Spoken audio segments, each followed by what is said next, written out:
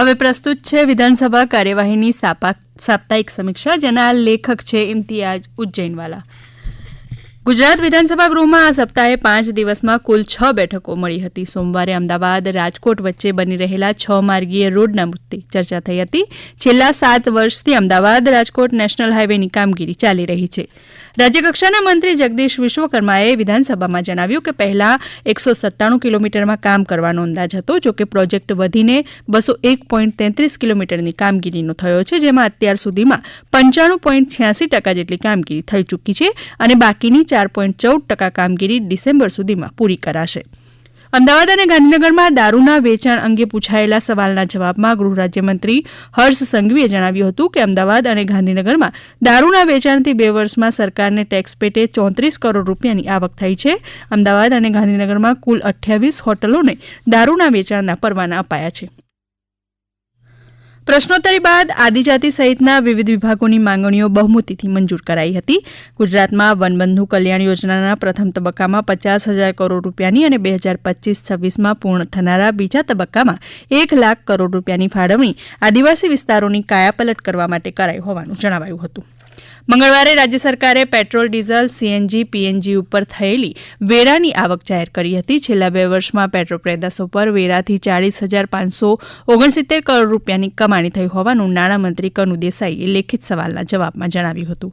અને એક પ્રશ્નના જવાબમાં શ્રી દેસાઈએ જણાવ્યું કે રાજ્યના 1,711 ઔદ્યોગિક એકમોએ છેલ્લા 2 વર્ષમાં વાણિજ્ય વેરો ભર્યો નથી.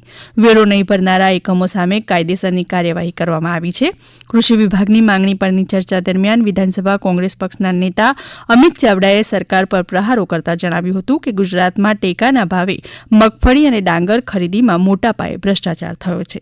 વીજળી, બિયારણ અને ખાતર મોંઘું થવાથી ખેડૂતોને પાકના પોષણક્ષમ ભાવ મળતા નથી. તેમણે જમીનની ખોટી માપણી રદ કરી સરકારી સર્વેયરો દ્વારા નવેસરથી માપણી કરવાની માંગણી કરી હતી. ગુજરાતમાં 30 લાખ કરતાં વધારે પશુપાલકો છે, જેમને દૂધમાં પ્રતિ લીટરે 5 રૂપિયાની સબસિડી આપવી જોઈએ. ચર્ચાને અંતે કૃષિ વિભાગની માંગણી પસાર કરાઈ હતી. કૃષિમંત્રી રાઘવજી પટેલે જણાવ્યું હતું કે ખેડૂત ખાતેદાર અકસ્માત વીમા યોજના હેઠળ 36,697 ખેડૂતોને 466 કરોડ રૂપિયાની સહાય આપવામાં આવી છે. ગુજરાતમાં છેલ્લા 5 વર્ષમાં 16 લાખ ખેડૂતો પાસેથી 16,000 કરોડ રૂપિયાના મૂલ્યનો 30 લાખ મેટ્રિક ટન જથ્થો ટેકાના ભાવે ખરીદાયો છે. છેલ્લા 2 દાયકામાં રાજ્યના બાગાયતી પાકોનો વાવેતર વિસ્તાર 10 લાખ હેક્ટરથી વધી 22 લાખ હેક્ટર થયો છે. વિધાનસભા ગૃહમાં શ્રમ અને રોજગાર વિભાગ સહિતની વિવિધ માંગણીઓ પરની ચર્ચા દરમિયાન ધારાસભ્ય જિગ્નેશ મેવાણીએ જણાવ્યું હતું કે એમએલએ ક્વાર્ટર્સ, વિધાનસભા તેમજ અન્ય સરકારી કચેરીઓમાં આઉટસોર્સિંગ કર્મચારીઓને અપાતા વેતનમાં ભારે શોષણ કરાય છે. વિવિધ જિલ્લા સદનોમાં તેમજ સર્કિટ હાઉસમાં ફરજ બજાવતા આઉટસોર્સ કર્મચારીઓને કોન્ટ્રાક્ટરો લઘુત્તમ વેતન ધારા મુજબ વેતન ચૂકવતા નથી. રાજ્ય સરકારે આ મુદ્દાને ટોચ અગ્રતા આપી તાત્કાલિક પગલાં લેવા જોઈએ. સુપ્રીમ કોર્ટે આવી પ્રથાને ફોર્સ લેબર એટલે કે વેઠ પ્રથા કહી છે, જે બંધારણીય તથા માનવીય અધિકારોના ભંગ સમાન છે. ગુજરાતમાં 1.5 થી 2 લાખ શેરડી કામદારોને દૈનિક લઘુત્તમ 476 રૂપિયા વેતન મળવું જોઈએ, પણ સુગર ફેક્ટરીઓ 375 રૂપિયા ચૂકવે છે, જેના કારણે આ કામદારોને છેલ્લા 2 વર્ષમાં 500 કરોડ નુકસાન થયું છે.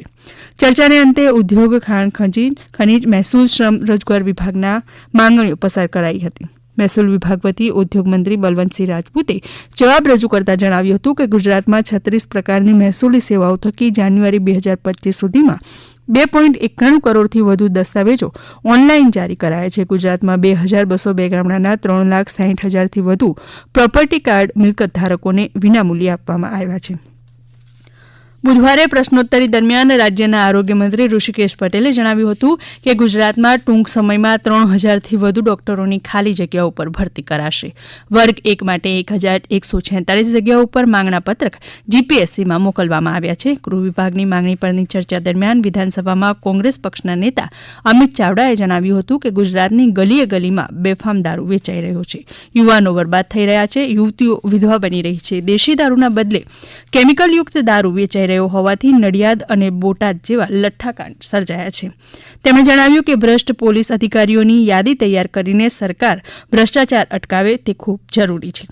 રાજ્ય સરકારે તોડબાજ પોલીસ અધિકારીઓની પણ યાદી બનાવવી જોઈએ.